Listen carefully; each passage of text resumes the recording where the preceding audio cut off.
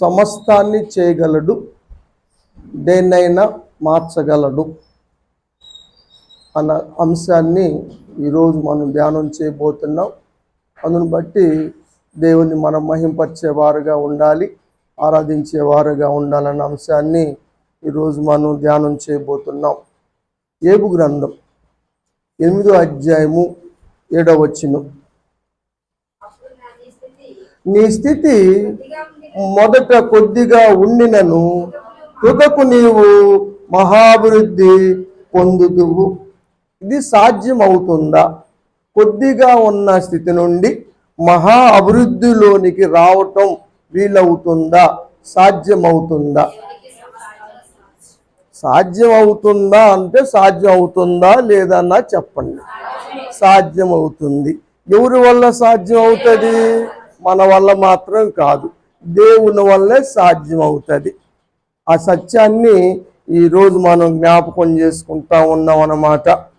యోబు మొదట్లో గొప్ప ఆస్తిపరుడుగా, తూర్పు దిక్కున ఉన్న జనులందరికన్నా కూడా గొప్పవాడుగా ఉన్నాడు. ఆయనకి 10 మంది సంతానం, 7,000 గొర్రెలు, 3,000 ఒంటెలు, 500 జతల ఎడ్లు, 500 ఆడు గాడిదలు కలిగి బహుమంది పనివారు గల సంపన్నుడు యోబు.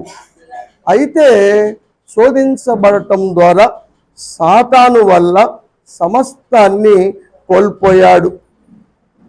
అందుకని యోబు స్నేహితుడైన బిల్దాదు యోబుని ధైర్యపరుస్తూ, ప్రోత్సాహపరుస్తూ మాట్లాడిన మాటలు ఇవి. ఏ మాటలు? నీ స్థితి మొదట కొద్దిగా ఉన్నా, ఇప్పుడు అంతా పోయినా, ఇప్పుడు కొద్దిగా ఉన్నా, లాస్ట్కి నువ్వు మహాభివృద్ధి పొందుతావయ్యా అని బిల్దాదు అన్నటువంటి స్నేహితుడు అన్నాడు. యోబుకి 4 స్నేహితులు ఉన్నారు కదా, జోఫరు, బిల్దాదు, ఎలీహు, ఎలీఫజ్ అన్న 4 స్నేహితులు. వాళ్ళల్లో బిల్దాదు అన్న మాట మరి దేవుని ప్రేరణతో అన్నాడు, మామూలుగా అన్నాడు, ఏ విధంగా అన్నాడు, కానీ వాస్తవంగా అదే జరిగింది. దేవుడు యోబు స్థితిని మార్చాడు, మహా అభివృద్ధిని కలిగించాడు. 42వ అధ్యాయం 12వ వచనంలో మనం చూస్తాం, యెహోవా యోబును మొదట ఆశీర్వదించిన దానికంటే మరి అధికముగా ఆశీర్వదించెను. 7,000 గొర్రెలు 14,000 గొర్రెలు అయినాయి, 3,000 ఒంటెలు 6,000 ఒంటెలు అయినాయి, 500 జతల ఎడ్లు 1000 జతల ఎడ్లు అయినాయి, 500 గాడిదలు 1000 గాడిదలు అయినాయి. ఈ విధంగా దేవుడు ఆస్వాదించాడు. క్షీణించిన శరీరం,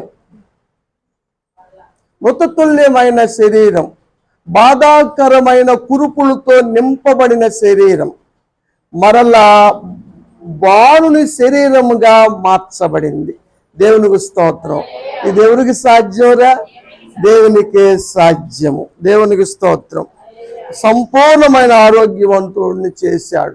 ఇక నా కాలం ముగిసిపోయింది అనుకున్నాడు కానీ యోబు మరణ పడక మీద నుంచి దేవుడు యోబును లేపి 4 తరాలు చూసే ఆయుష్నిచ్చాడు. ఇది ఎవరికి సాధ్యం? దేవునికే సాధ్యం. దేవుడు ఏదైనా మార్చగలడు, ఏదైనా చేయగలడు అన్న విషయాన్ని మనం చూస్తా ఉన్నాం. దేవునికి స్తోత్రం కలుగును గాక. అదేవిధంగా మన స్థితిగతులు దేవుడు మారుస్తాడు. దానియేలు దేవుణ్ణి గణపరిచాడు, దేవుని స్తుతించాడు. దానియేలు గ్రంథంలో 2వ అధ్యాయము 21వ వచనంలో చూద్దాం. దేవుడు కాలములను సమయములను మార్చువాడై ఉన్నాడు. రాజులను త్రోసివేసి నియమించుచు ఉన్నవాడును, వివేకులకు వివేకమును, జ్ఞానులకు జ్ఞానమును అనుగ్రహించువాడై ఉన్నాడు. దేవుని గురించినటువంటి మాటలు దేవుణ్ణి గణపరుస్తున్నటువంటి దానియేలు నోట మనం విన్నాం. అని ఏమంటాడంటే, దేవుడు అంట కాలాలైనా మార్చగలడు, సమయాలైనా మార్చగలడు. మార్చాడా? సూర్యచంద్రులు ఆపేశాడా? సమయాన్ని కాలాన్ని మార్చాడా? నీడను 10 మెట్లు వెనక్కి నడిపించాడా? నడిపించగలిగాడు. కాలాలు సమయాలు ఆయన స్వాధీనంలో ఉన్నాయి. రాజులను త్రోసివేస్తాడు. సౌలుని దేవుడు రాజుగా చేస్తే సౌలు అవివేక పనులు చేస్తూ ఉంటే, దేవునికి ఆజ్ఞలు పాటించకపోతా ఉంటే సౌలును తోసేసాడా? తోసేసాడు. మరలా దావీదును రాజుగా నియమించాడా? గర్వించినటువంటి నెబుకద్నెజరు రాజుని సింహాసనం నుంచి తోసివేసి పశువుల గడ్డి మేపించాడా? మళ్ళా బుద్ధి వచ్చినప్పుడు, మానవ బుద్ధి కలిగి దేవుని స్తుతించినప్పుడు తీసుకొచ్చి రాజుని చేశాడా? దేవునికి స్తోత్రం. ఇది ఎవరికి సాధ్యంరా? దేవునికే సాధ్యం. ఏదైనా ఆయన చేయగలడు. బాలుడైన దావీదును తీసుకొచ్చి బలిష్ఠుడైనటువంటి గొలియాతు మీద జయాన్ని ఇవ్వగలిగాడా? అందరూ ఆశ్చర్యపడ్డారు. ఆఖరికి సౌలు రాజు కూడా, నువ్వు బాలుడు అయ్యా, వాడు బాల్యం నుంచి కూడా యుద్ధంలో ఆరితేరినోడు యోధుడు, వాడికి ఉన్నటువంటి ఆయుధాలు సామాన్యమైనవి కాదురా బాబు అని దావీదుతో చెప్పినట్టుగా వాక్యంలో మనం చూడగలుగుతా ఉన్నాం. నిజంగా గొర్రెలు కాసుకునే వ్యక్తిని గొర్రెలు మానిపించి తీసుకొచ్చి ఇశ్రాయేలు మీద సింహాసనం మీద రాజుగా కూర్చోపెట్టగలిగిన సత్తా ఎవరికుంది? దేవునికే ఉంది. అది దావీదును కూర్చోపెట్టాడు. ఆ విధంగా దీని గురించి స్తుతించాడు ఆసాపు గారు. ఆసాపు కీర్తనలు చాలా గొప్పగా ఉంటాయి. ఇశ్రాయేలు చరిత్ర మొత్తం కూడా ఒక కీర్తనలో రాశాడు ఆసాపు. ఎంత గొప్పగా ఉంటుందో ఆ కీర్తన. ఆ కీర్తన 78వ కీర్తన. ఇశ్రాయేలు జీవితం మొత్తం రాసేసాడు అక్కడ ఆసాపు. వాళ్ళ యొక్క బతుకులు ఎలా ఉన్నావో, ఎలా తిరుగుబాట్లు ఉన్నాయో, దేవుడు వారి పట్ల ఏం చేశాడో, ఎలాంటి గొప్ప కార్యాలు చేశాడో అన్నీ కూడా ఆసాపు రాసిన కీర్తనలో ఉన్నాయి. 78వ కీర్తన 70వ వచనంలో దావీదు గురించి రాస్తాడు. దావీదును కోరుకున్నాడు. దావీదు అప్పుడు ఎక్కడున్నాడు? గొర్రెల దొడ్డి కాడు ఉన్నాడు. గొర్రెలు కాస్తా ఉన్నాడు, గొర్రెలు కాపాడుతూ ఉన్నాడు. అలాంటి దావీదుని పిలిపించి, పాడి గొర్రెలొద్దయ్యా, నువ్వు నేర్చుకున్నావు కాబట్టి ఇక నుంచి అంత అవసరం లేదు అని పిలిపించి తన ప్రజలైన స్వాచ్ఛమైన ఇశ్రాయేలు మీద ఆయన్ని అధికారిగా చేశాడు, రాజుగా చేశాడు, సింహాసనం మీద కూర్చోబెట్టాడు. అది ఎవరి వల్ల సాధ్యమవుతుంది అంటే దేవుని వల్లే సాధ్యమవుతుంది. ప్రియ దేవుని బిడ్డలారా గమనించండి, దేవుడు ఏదైనా చేయగలడు. దేవుడు సమస్తాన్ని చేయగలడు. నీ స్థితులు మార్చాలన్నా, నీ పరిస్థితులు మార్చాలన్నా, నిన్ను ఉన్నతమైన స్థితిలో ఉంచాలన్నా, నిన్ను తలగా ఉంచాలన్నా దేవునికే సాధ్యం. దేవునికి స్తోత్రం. అట్టి కార్యములను దేవుడు మన సంఘములో జరిగించునుగాక. దేవుడు చేస్తాడు. పారసీకుల యొక్కయు మాదీల యొక్కయు రాజు పేరట రాయబడినటువంటి రాజు ఉంగరముతో ముద్రించబడినటువంటి తాకీదును ఏ మానవుడు కూడా మార్చజాలడు. కానీ దేవుడు తన ప్రజల నిమిత్తము మార్చేలాగా మానవుడైనటువంటి మొర్దెకై ద్వారా ఆ కార్యాన్ని దేవుడు జరిగించాడు.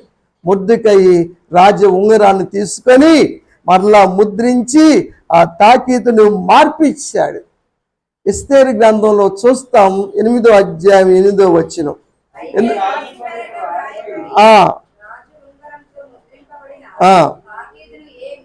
ఏ మానవుడు మార్చజాలడు. బైబిల్లో ఉన్న 66 గ్రంథముల్లో దేవుడు అనే పదము లేనటువంటి పుస్తకము గ్రంథము ఎస్తేరు గ్రంథం. కానీ డైరెక్షన్ అంతా అయిందే. స్క్రీన్ ప్లే, కథా మాటలు అంటారు కదా, సమస్తము కూడా దేవుందే. ఏమ్మా? హిందూ దేశం మొదలుకొని కుసు దేశం వరకు 127 సంస్థానములకు రాజుగా ఉన్నాడు. కాబట్టి మొర్దెకై లేపి మొర్దెకై చేత రాజముద్రకి ముద్రింప చేసి త్వరగా పరిగెత్తి బీజాస్వాలను ఏర్పాటు చేసి 127 సంస్థానాలకు పంపించి త్వరగా శాసనాన్ని మార్పించగలిగాడు. దేవునికి స్తోత్రం. అప్పుడు ఏం జరిగిందో తెలుసా? 16వ వచనంలో రాస్తాడు, యూదులకు క్షేమమును ఆనందమును సంతృష్టియు ఘనతయు కలిగిన. దేవునికి స్తోత్రం. తన ప్రజల క్షేమం కొరకు దేవుడు ఏదైనా చేయగలడు. ఎంతటి అసాధ్యమైన కార్యములను చేయగలడు. ఇజ్రాయేలు ప్రజలు ఎర్ర సముద్రము దాటటానికి దాన్ని రోడ్డుగా మార్చేశాడు, నీళ్లను గోడగా ఏర్పాటు చేశాడు. అది ఆయనకే సాధ్యం. దేవునికి స్తోత్రం. దేవుని ప్రజల కొరకు దేవుడు ఏదైనా చేస్తాడు. తన బిడ్డలు నమ్మగలిగితే దేవుడు గొప్ప కార్యాలు వారి జీవితాల్లో మనం చూస్తాం. కీర్తనలు 150 కీర్తనలు ఉన్నాయి. దీన్ని 5 భాగాలు చేశారు. దీన్ని పంచమ స్కందము అంటాం. పంచమ స్కందములో మొదటిది 107వ కీర్తన. పంచమ స్కందం ఎక్కడి నుంచి? 107వ కీర్తన నుంచి 150వ కీర్తన దాకా పంచమ స్కందము అంటారు. మీకు తెలుసుగా ఎన్ని స్కందాలు ఉన్నాయో? ఎక్కడి నుంచి ఎక్కడికి మొదటి స్కందం అంటారు? కాదు, కీర్తన మొదటి అధ్యాయం నుంచి 41వ అధ్యాయం వరకు ఉన్న వాక్య భాగాన్ని మొదటి స్కందం అంటారు. 42 నుంచి 72 వరకు ఉన్న దాన్ని ద్వితీయ స్కందం అంటారు. 73 నుంచి 89 దాకా ఉన్నది తృతీయ స్కందము. తర్వాత 90 నుంచి 106 వరకు ఉన్న దాన్ని చతుర్దశ స్కందము అంటారు. ఇక 107 నుంచి 150 దాకా పంచమ స్కందము. 5 భాగాలు చేశారు. 150 కీర్తనలను. ఇందులో 107వ కీర్తనలో ఒక మాట చదువుదాం. 29వ వచనం, ఆయన తుఫాను ఆపివేయగలడు, దాని తరంగమున అణిచివేయగలడు. దేవునికి స్తోత్రం. నిజంగా ప్రచండమైన జలముల మీద ఆసీనుడు ఆయన. అందుకే ఆయన నారాయణుడు అంటారు కదా. నార అంటే నీళ్లు, ఆసీనుడు అంటే నారాయణుడు అంటే దాని మీద ఆసీనుడు అయిన వాడు. నేల మీద ఆసీనుడైన వాడు ఎవరు? యేసుప్రభు వారే. నేల మీద నడిచిన వారు ఎవరు? యేసుప్రభు వారే కదా. ప్రళయ జలముల మీద సైతం ఏవి గ్రంథంలో మనం చూస్తాం ఆ మాటలు కదా. ప్రళయ జలముల మీద ఆయన ఆసీనుడిగా ఉన్నాడు అన్న విషయాన్ని ఏవి గ్రంథంలో చూస్తాం. తుఫాను రప్పించాడా? యోనాకు బుద్ధి చెప్పటానికి సముద్రం మీద తుఫాను రప్పించింది ఎవరు? యోనాను కింద నీళ్ళల్లో పడయంగానే తుఫాను ఆపివేసింది ఎవరు? యోనాన్ని శాప చేత మింగిచ్చి 3 రోజులు ప్రయాణం చేయించి తను అనుకున్నటువంటి రేవుకు నినివే పట్టణానికి చేర్చింది ఎవరు? దేవునికి స్తోత్రం. దేవునికి అసాధ్యం ఉందండి. దేవుడు ఏదైనా చేయగలడు. నువ్వు దేవుని నమ్మగలిగితే దేవుని శక్తిని చూస్తావు, దేవుని మహిమను చూస్తావు. ఎక్కడో కాదు, నీ జీవితంలో అనుభవిస్తావు. గొప్ప కార్యాలను దేవుడు మన మధ్య జరిగించును గాక. దేవుడు జరిగిస్తాడు. జరుగుతా ఉన్నాయి, జరుగుతున్న వాటన్నింటిని బట్టి దేవునికి స్తోత్రం కలుగును గాక. చదువమ్మ 35వ వచనం. అరణ్యమది, అరణ్యములో నీటి మడుగు కదా. నిజంగా ఎడారి, దుబాయ్ అంతా ఇసుకే. అరణ్యములో ఎడారిగా ఉంటుంది అది కదా. ఇసుక ఎడారి, కానీ నీళ్ళతో మునిగిపోయింది. ఒక్కసారి కాదు, 2 సార్లు. మొన్న ఒక రోజు తైవాన్లో 1 గంటలో 80 సార్లు భూకంపం వచ్చింది. 80 సార్లు, ఒక్కసారి కాదు, 80 సార్లు భూకంపం వచ్చింది ఒకే రోజు కదా. వీళ్ళు చేసిన పనులు వాళ్ళే, వాళ్ళు చేసిన పనులు వాళ్ళు. అయినా కాపాడింది ఎవరు? దేవునికి స్తోత్రం. మానవుడు ఆలోచనలు వెర్రితల అవుతున్నాయి. ఒక ఆయన అడిగాడు, మరి దేవుడు మనుషులకి అన్ని ఎందుకు ఇవ్వటం అండి, మనుషులకు మంచి వాళ్ళకి పుట్టించవచ్చుగా అని ఒక ఆయన అడిగాడు. నిజమే, ప్రసంగి గ్రంథంలో అంటాడు, దేవుడు మనుషులను దేవుడు యథార్థంగానే పుట్టించాడు, కానీ వాళ్ళ తంత్రాలు నేర్చుకున్నారు కదా. నరులను యథార్థంగా సృష్టించాడు. తంత్రాలు, రకరకాల తంత్రాలు దేవుడు నేర్పించినవి కాదు, దేవుడు లేనివి కూడా, దేవుడు చేయనివి కూడా లోకంలో లేవు అంటారా? ఉన్నాయా? ఏమున్నాయి? అరే, శరీరాశ దేవుడు పుట్టించింది కాదురా, నేత్రాశ దేవుడు పుట్టించింది కాదు, జీవపటంబం దేవుడు పుట్టించినవి కాదు, ఇది దేవుని వల్ల కలిగినవి కాదని యోహాను గారు మొత్తుకున్నాడు తన పత్రికలో. ఇది దేవుని వల్ల కలిగినవి కాదు.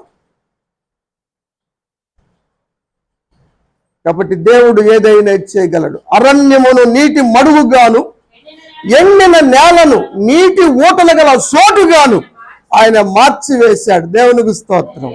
బండ నుంచి నీళ్లు తెప్పించగలిగిన కెపాసిటీ, సామర్థ్యత ఆయనకే ఉంది. నాకు సుఖం వచ్చిందా? ఒక బిందు వచ్చిందా? సముద్రం అంత విస్తారంగా 3 లక్షల మంది ప్రజలు తాగంగా, వారి దగ్గర పశువులన్నీ కూడా సమృద్ధిగా నీళ్లు తాగంగా కదా ఇంకా ప్రవహిస్తానే ఉన్నాయి. ఎంత నీరు వచ్చింది? దేంట నుంచి? బండ నుంచి. దప్పికతో అల్లాడుతున్నటువంటి సంసోన్ని గోతిని చీల్చి నీళ్ళు ఇచ్చింది ఆయన కదా. లేహీకి వచ్చినప్పుడు ఫిలిష్తీయులు ఎంటబడ్డప్పుడు వాళ్ళని గాడిద ఎముక దవడతో ఏమని చంపేశాడు. ఎవరు? సంసోను. ఇక ఓపిక అయిపోయింది, దప్పికొచ్చేసింది. నీళ్లు శరీరం లేకపోతే నీళ్ళ శాతం మన సృష్టికి, భూమికి, మన శరీరానికి ఒకటే ఈక్వేషన్ ఉంటుంది. భూమిలో నీళ్ళు ఎంత ఉన్నాయి? ఎంత శాతం ఉంది? మన శరీరం అంతే, సేమ్ టు సేమ్. తగ్గిపోయింది అనుకో, ఇది డీహైడ్రేషన్కి లోన్ అవుతుంది, పడిపోతుంది, కళ్ళు తిరిగిపోతాయి, షేకింగ్ వస్తుంది, అన్నీ ఆగిపోతాయి, సిస్టమ్ అంతా దెబ్బతింటుంది. అప్పుడు అనుకున్నాడు సంసోను, ఇప్పుడు నన్ను ఈ స్థితిలో చూశారంటే వాళ్ళు చంపేస్తారు, నేను ఫిలిష్తీయుల చేతిలో చంపబడ్డాను, సున్నతి లేని వారి మధ్య అని చెడ్డ పేరు వస్తుందని ఎంతో బాధపడ్డాడు. అప్పుడు దేవుడు లేహీకి వచ్చినప్పుడు గోతిని చీల్చాడు కదా. చూడండి, న్యాయాధిపతుల గ్రంథం. దప్పికొని మొరపెట్టాడు. 1000 మందిని చంపేశాను, రక్షణ దయచేశాను, నేను చచ్చిపోయాను అనుకో, సున్నతి చేయలేని వారి చేతులు చచ్చిపోయినట్టుగా అని వేడుకున్నాడు. గోతిని చీల్చాడు దేవుడు. ఎండిపోయిన గొయ్యది, మడుగుగా గొయ్య చీల్చితే విస్తారమైన జలాలు వచ్చినాయి. తాగి ప్రాణాన్ని తెప్పరిలా చేసుకున్నాడు సంసోను. తన ప్రజల కొరకు ఎంతటి కార్యాన్నైనా, ఎంతటి అసాధ్యాన్నైనా దేవుడు చేయగలడు కదా. కష్టమైన తల్లిదండ్రులు చేయటల్లా, అప్పులైన ఇబ్బంది అయిన స్తోమత మీద చదివించటల్లా, మంచి మంచి వాటిల్లో ఉండాలని, ఉన్నతమైన స్థితిలో ఉంచాలని, చదివించాలని ఆశపడతల్లా దేవుని హస్తముల ద్వారా సృష్టించబడిన మనకే ఇంత ప్రేమ ఉంటే, దేవుని స్వరూపమే ప్రేమ స్వరూపం. ఆయన ప్రేమమయుడు. ఆయనకి ఎంత ప్రేమ ఉంటుంది. తన బిడ్డల్ని నిన్ను తోగ్గా ఉంచు, నేను తలగా ఉంచుతాను, మిమ్మల్ని ఉన్నతమైన స్థలంలో నడిపిస్తాను, నిన్ను పైవారిగా ఉంచుతాను. లావణ్యకి మ్యారేజ్ చేసే సమయాల్లో అదే వాగ్దానం వచ్చింది, ఉన్నత దేశాల్లో నడిపిస్తానని, ఉన్నత స్థలముల్లో. అందుకనే ఇక నేను మ్యారేజ్ చేశాను, ఇక దేవుని చిత్తం అయింది అనుకొని. ఇప్పుడు మరి లిఫ్ట్ ఎక్కడానికే భయపడే పిల్ల ఏమితో అంతస్తులో ఉంటుంది, మరో రోజు లిఫ్ట్ ఎక్కాలి, మళ్ళీ ఆఫీస్కి వెళ్ళాలి, హాస్పిటల్కి వెళ్ళాలి, విమానాన్ని మారింది. దుబాయ్కి వెళ్ళి, దుబాయ్ నుంచి మళ్ళీ కువైట్కి వెళ్ళి, ఒక్కతే. నిజంగా దేవుని కృప, ఏదైనా చేయగలుగుతాడు దేవుడు. తిరిగి వారిని ధైర్యంగా మార్చగలడు దేవుడు. గిద్యోన్ని మార్చల, పరాక్రమవంతుడిగా ఆడసలే భయపడి దాక్కుని గోధుమలు దులగొట్టుకుంటున్నాడు కదా, వాడిని పరాక్రమవంతుడిని చేశాడు కదా. దర్శనం ఇచ్చి గిద్యోను ఖడ్గం యెహోవా ఖడ్గం అని చెప్పించాడు కదా. దేవుడు గొప్ప దేవుడండి. తన బిడ్డల కోసం ఏదైనా చేస్తాడు. దేవుడు అనేకుల ప్రాణ రక్షణ కొరకు యోసేపును ముందుగానే ఐగుప్తు దేశానికి చేర్చాడు కదా. యోసేపు 17వ సంవత్సరంలో ఎక్కడికి చేర్చబడ్డాడు? ఐగుప్తు దేశానికి చేర్చబడ్డాడు. అక్కడ ఎన్ని సమస్యలు పడ్డాడు? పోతీఫర్ విషయంలో కానీ, చెరసాలలో కానీ, బానిసగా ఉన్నాడు కదా, చెరసాలలో ఖైదీగా ఉన్నాడు కదా. అప్పుడు 13 సంవత్సరాలు అయినాయి. అప్పుడు దేవుడు ఐగుప్తు దేశానికి ఏలిగ్గా చేశాడు యోసేపుని. తర్వాత 7 సంవత్సరాల పంట, తర్వాత 7 సంవత్సరాల కరువు, 7 7 14, 14 అని 13, 27 సంవత్సరాల ముందే యోసేపుని తీసుకెళ్ళి అక్కడ పెట్టాడు. ఎంత ముందండి ఆయన ప్రణాళికలు కదా. ఎందుకంటే సమస్తం జరిగించేవాడు ఆయన కాబట్టి. నీ బ్రతుకుల్లో రేపు ఏం జరగబోతుందో కాదు, నీ జీవితం మొత్తంలో కూడా, నీ ఆయుష్కాలం అంతట్లో కూడా ఏం జరగబోతుందో నువ్వు పుట్టినప్పుడే రాసిన దేవుడు ఆయన కదా. నా దినములన్నీ నీ గ్రంథములో లిఖితములాయన అంటాడు దావీదు గారు. అందును బట్టి స్తుతిస్తున్నాను. నిజంగా నన్ను కలుగు చేసిన విధం ఎంత ఆశ్చర్యం అండి నా జీవితంలో. అందుకని నిన్ను స్తుతిస్తున్నానని దావీదు 139వ కీర్తనలో ఉన్న మాటలు మనకు తెలుసు. అలాంటి సమయంలో యోసేపు ఏలిగ్గా ఉన్న సమయంలో 7 సంవత్సరాల పంట వచ్చిన తర్వాత 7 సంవత్సరాల కరువు స్టార్ట్ అయింది. అలాంటి సమయంలో కనానులో ధాన్యం లేదు, ఐగుప్తులో ధాన్యం ఉంది. ఐగుప్తు ఏమో వాడిది కరువు ఉండాల్సిన చోట సమృద్ధి ఉంది, సమృద్ధి ఉండాల్సిన చోట కరువు ఉంది. కారణం ఏంటంటారు? ఫలించడి కొమ్మను అమ్మేసుకున్నారు. దరిద్రులు అనకూడదు, మనం పెద్దోళ్ళు కదా అన్నట్టు వాగ్దాన పుత్రుడు కదా. దేవుడు ఎన్నిక చేసిన గోత్రాలు అవి, మనం అనలేము కదా. అమ్మేసుకున్నారు. ఎక్కడుంటే అక్కడ ఫలించడి కొమ్మ ఎక్కడ పెట్టినా ఫలిస్తుంది, ఎక్కడున్నా ఫలిస్తుంది. ఎందుకంటే ఆ కొమ్మ ఫలిస్తుంది. కాబట్టి వీళ్ళందరూ ఒక 70 మంది దాకా ఆడికి వెళ్ళారు. వెళ్ళిన తర్వాత యోసేపు చనిపోయాడు కదా. అప్పుడు యోసేపుని తెలియనటువంటి రాజు వచ్చాడు. ఆ తరముల్లో వారిని, ఇజ్రాయేల్ ప్రజల్ని, ఐగుప్తీయులు, కొత్తగా వచ్చిన ఫరో రాజు గారు ఎన్ని శ్రమల పాలు చేశారో, ఎంత కష్టపెట్టారో. వాళ్ళు విస్తరిస్తే మన రాజ్యం మనదవదు, వాళ్ళు మనమే తిరగబడతారని ఐగుప్తులు పన్నాగాలు పన్ని ఎన్నో కష్టాలు పెట్టారు. కనీసం వాళ్ళు మాట్లాడుకుంటానికి కూడా, కాపురాలు చేయటానికి కాదు, మాట్లాడుకుంటానికి కూడా అవకాశం లేని స్థితిని వారు కల్పించారు. మీరే కట్టెలు తీసుకురావాలి, మీరే ఇటుకలో మట్టి తీసుకురావాలి, మీరే దాన్ని తొక్కి ఇటుకలు చేయాలి, మీరే ఇటుకలు కాల్చాలి, మీరే రామసేతు పట్టణం కట్టాలి. అన్ని లెక్క మళ్ళీ ఏ తగ్గకూడదు. ఎంత కఠినంగా చేయించారు. కానీ వారు అభివృద్ధిని ఆపగలిగారా? దేవుని స్తోత్రం. నిజంగా నిర్గమాకాండం 1వ అధ్యాయం 12వ వచనం. దేవుని స్తోత్రం కలుగునుగా. అండర్లైన్ చేయండిరా. నీకు శ్రమలు వస్తున్నాయంటే నువ్వు ప్రబలుతావు. దేవునికి స్తోత్రం. నీ జీవితంలో శ్రమలు వస్తున్నాయి అనుకుంటున్నావేమో, కానీ నీ శ్రమలు వచ్చిన కొద్దికి నువ్వు ప్రబలుతావు అన్న సత్యాన్ని వాక్య భాగం రుజువు చేస్తా ఉంది కదా.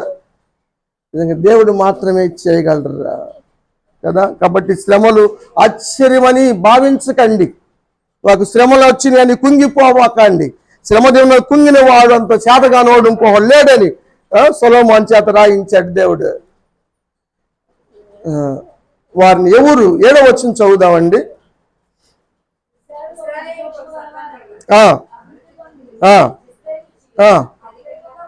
అత్యధికంగా 70 మంది 30 లక్షల మంది అయ్యారు. ఎంత సమృద్ధి అండి, ఎంత జనాలు అయ్యారండి, ఎంత విస్తరించారు. దేవుడు ఏదైనా చేయగలడు, అభివృద్ధి పరచగలడు. దేవుడు అభివృద్ధి పరచాలనుకుంటే ఆపటం ఎవరి తరము కాదు. ఆయనే సుప్రీం కదా. సుప్రీం ఎవరు? ధర్మతేజ కాదు, దేవుడు. దేవుని స్తోత్రం. ఆయన సుప్రీం, ఏదైనా చేయగలడు, సార్వభౌముడు ఆయన.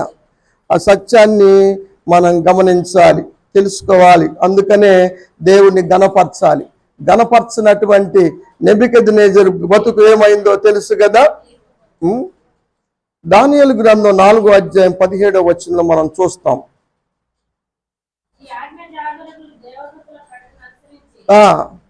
రాజుగారు చెబుతున్నాడు, దానియేలు చెబుతున్నాడు నెబుకద్నెజరు రాజుకి, రాజుగారు మీకు వచ్చిన కళ దర్శనము ఏదో ఆషామాషికి వచ్చేవి కాదు, ఇవన్నీ పరిశుద్ధుల ప్రకటన ప్రకారం జాగరూకులైనటువంటి దేవదూతల చేత రాయబడుతున్నవి. ఈ మనం రాసేవాళ్ళు కాదు కదా, అన్ని తప్పులు రాయటానికి వీళ్ళు కాదు, పంచాయతీ ఆఫీసు వాళ్ళు కాదు.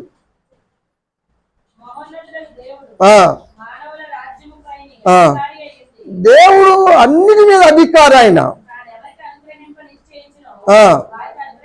దేవుడు ఎవరికి ఇవ్వాలంటే ఆయనకి ఇస్తాడు.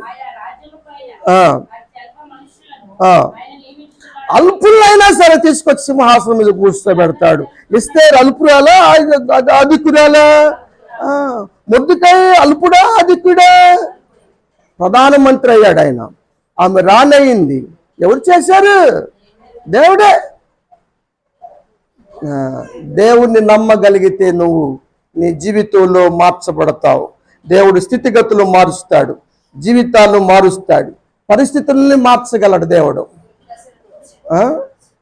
ఏదైనా ఆయన చేయగలడు.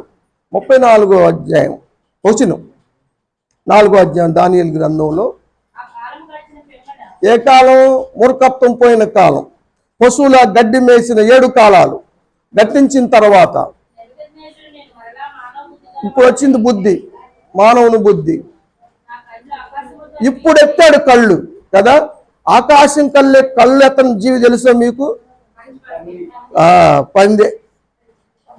ఎప్పుడైతే ఇది తెలుసా, దాన్ని పట్టుకొని కాళ్ళు చేతులు కట్టి సంబరాన్ని తీసుకెళ్తారు చూసి, ఆ భుజం మీద మోసుకెళ్తారు.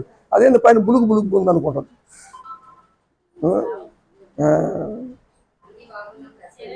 ఎత్తరు. అన్ని బాగుంటే భూ సంబంధమైన వాటి మీద మనసు పెట్టే వాళ్ళే అది. నేలట్టులు తిరుగు కోసం తోక ఎత్తదు అది కదా. చాలా భయంకరమైనటువంటి పరిస్థితి. ఇప్పుడు కన్నులు ఎత్తాడు ఆకాశం వైపు. సర్వోన్నతుడైన దేవుడు ఇప్పుడు స్తోత్రం చేస్తున్నాడు, గణపరుస్తున్నాడు. దేవునికి స్తోత్రం కలుగుని. దేవుని బిడ్డలారా, మనల్ని కలుగు చేసిందే దేవుని స్తుతించటానికి, దేవుని గణపరచటానికి అని పెద్ద ప్రవక్తల్లో యెషయా గారు రాశాడు కదా. 43 అధ్యాయమా 41, 23, 21 ఉంటుంది. నా నిమిత్తము దొరికిందా చెప్పనా?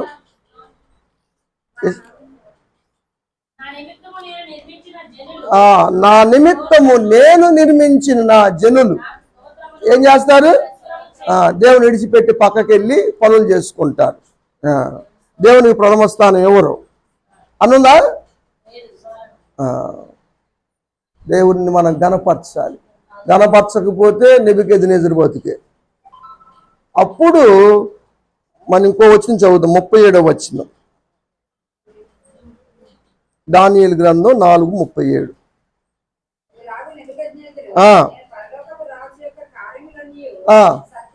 దేవుని కార్యాలన్నీ అసత్యాలు కాదు, అన్ని సత్యాలే. ఆయన మార్గం అన్యాయం కాదు, అంతా న్యాయమే. ఎవరైనా సరే గర్వించారా అని చేస్తాడు. ఆయన అనప శక్తి కలిగిన వాడు ఆయన. ఇప్పుడు కొనియాడి గణపరిస్తే మరలా ఆయన రాజ్యానికి వచ్చింది. రాజుని ఆయన నియమించగలడు, తోసివేయగలడు.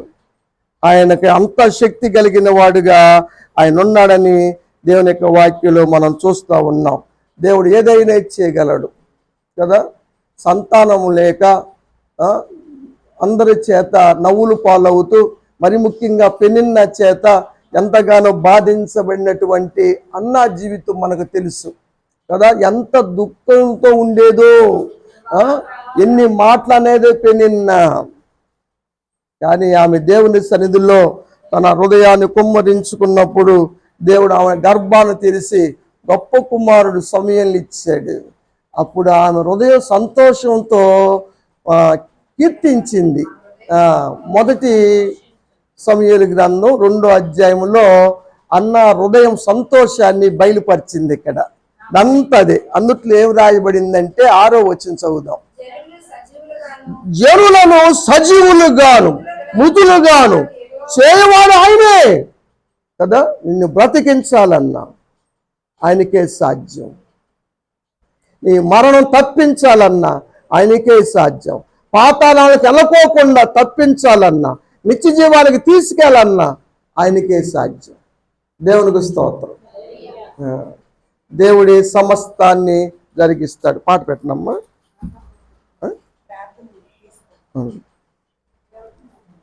వెళ్తున్నావా? సరే చదువమ్మా. పాతాళానికి పంపాలన్నా ఆయనే, దాని నుంచి పోకుండా తప్పించాలన్నా ఆయనే కదా. లెక్క ప్రకారం గజ దొంగవాడు కదా, చిలువు మీద ఉన్నవాడు రెండో పక్కోడు, కుడి పక్కన ఉన్నటువంటి వాడు గజ దొంగ. పాతాళానికి వెళ్ళాలి మొదటోడు వెళ్ళినట్టుగా, కానీ ఎవరు తప్పించారు? యేసయ్య తప్పించారు. చదువమ్మ. దారిద్ర్యమును ఐశ్వర్యమును కలుగొచ్చేవాడు ఆయనే కదా. పొంగ చేయవాడు లేవనెత్తేవాడు ఆయనే కదా. సమృద్ధి ఇస్తే ఊపుకుంటూ వెళ్ళింది నయము గారు. పాడు దెబ్బకెళ్ళింది. సమృద్ధి గల చోట్ను వదిలిపెట్టి, రొట్టెలు ఇల్లును వదిలిపెట్టి బెత్లెహేమును విడిచి మోయాబుకి వెళ్ళిపోయింది. సమృద్ధి కలదాన్న వెళ్ళేది అంటుంది. మరి అందరికీ సమృద్ధి ఉండగా నీకు మరి ఎందుకు వెళ్ళావు నువ్వు? అందరు వెళ్ళారు, అన్ని కుటుంబాలు వెళ్ళియా? సమృద్ధి లేని వాళ్ళు ఇక్కడ కూర్చొని ఉంటే పడిగాపులు కాస్తుంటే సమృద్ధి దానికి నీకేమొచ్చింది? మొత్తం బాగొట్టుకుంది, రిక్తురాలయ్యింది కదా. ఏదైనా చేయగలడు ఆయన. మళ్ళీ వచ్చింది కదా, పోగొట్టుకున్నాయన్ని తిరిగి సంపాదించుకోగలిగింది. ఆ పొలాన్ని మళ్ళీ బోయాజు గారు కొన్నాడు, ఇడిపిచ్చాడు. జీవితాలు మార్చగలడు. మోరు బారిన జీవితాలు 3 మొద్దులు కదా సిగురింప చేయగలిగిన వాడు ఆయనే. రూతు 3 బారిన జీవితాన్ని సిగురింప చేసింది ఆయనే. మన బతుకైపోయింది. మార చేదు, లయం అంటే మధురం. మళ్ళా చేదును మధురంగా మార్చాడా? దేవుడు మార్చగలడురా. నీ చేదైన జీవితాన్ని మధురంగా మార్చగలడు ఆయన. ఆయన చేతిలో పెట్టండి, నమ్మండి, ఆయన విశ్వాసం ఉంచండి. పాపుల్ని నీతిమంతులుగా మార్చగలిగిన వాడు ఆయనే. అవినీతిమంతుల్ని నీతిమంతులుగా మార్చగలడు ఆయన. చదువమ్మ. దరిద్రం ఇవ్వగలడు.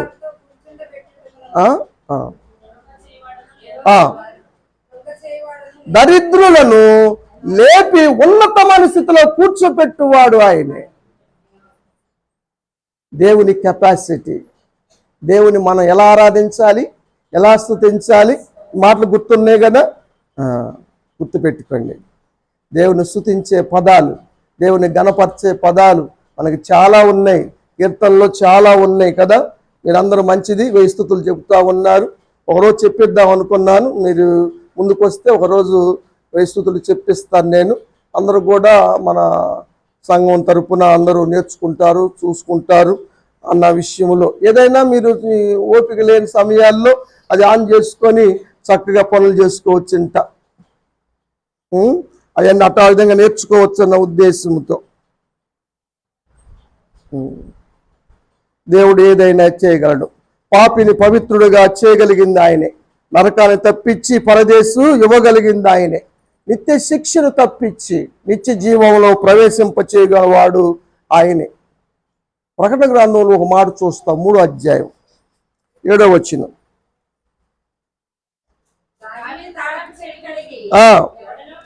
ఎవడు వేయలేకుండా తీయవాడు ఆయనే, ఎవడు తీయలేకుండా వేయవాడు ఆయనే. దేవుడు చెప్పే సంగతి మీరేమనండి. ఆయన వేస్తే ఎవడు తీయలేడు, ఆయన తీస్తే ఎవడు వేయలేడు. ఇదిగో ఇప్పుడు నీ ఎదుట తెరవబడి ఉంది, నీ ఎదుట తలుపు తెరవబడి ఉంది. కృపాకాలంలో ఉన్నాం. దేవుడు సమీపంగా ఉండగా నన్ను ఏడుకొండని యెషయా గారు చెప్తాడు. కాబట్టి ఇది కృపాకాలం ముగియక ముందే దేవుని గుర్తెరగండి, దేవుని శక్తిని గమనించండి, దేవుని ఆరాధించండి, దేవుని మహింపరచండి. నీ జీవితంలో ఏదైనా చేయగలడు, నీ కుటుంబంలో ఏదైనా జరిగించగలడు, నీ స్థితిగతులు మార్చగలడు, నీ పరిస్థితులు మార్చగలడు, నేను ఉన్నతమైన స్థితిలోకి తీసుకురాగలడు. అది దేవునికే సాధ్యం. దేవుని స్తుతించండి. నువ్వు స్తుతిస్తా ఉంటే దేవుడు నీ పనులు ప్రారంభించడం మొదలు పెడతాడు కదా. దేవదూతలందరూ కూడా జేజనులు చేస్తూ ఉన్నప్పుడు, స్తుతిస్తున్నప్పుడు పని ప్రారంభించాడు, భూమికి పునాది వేశాడని ఏబు గ్రంథంలో మనం చూస్తాం. అట్టి ధన్యత మన కుటుంబాల్లో జరుగునుగాక. మనం స్తుతిద్దామండి, దేవుని గనుపరుద్దాం, దేవుని మహిమ కార్యాలను మనం అనుభవిద్దాం, మన కుటుంబాల్లో జరిగేలా చూసుకుందాం. దేవుడి మాటలు ఆశ్రయించి దీవించునుగాక. ఆమేన్. అందరూ లేచి ఆరాధన చేద్దామండి.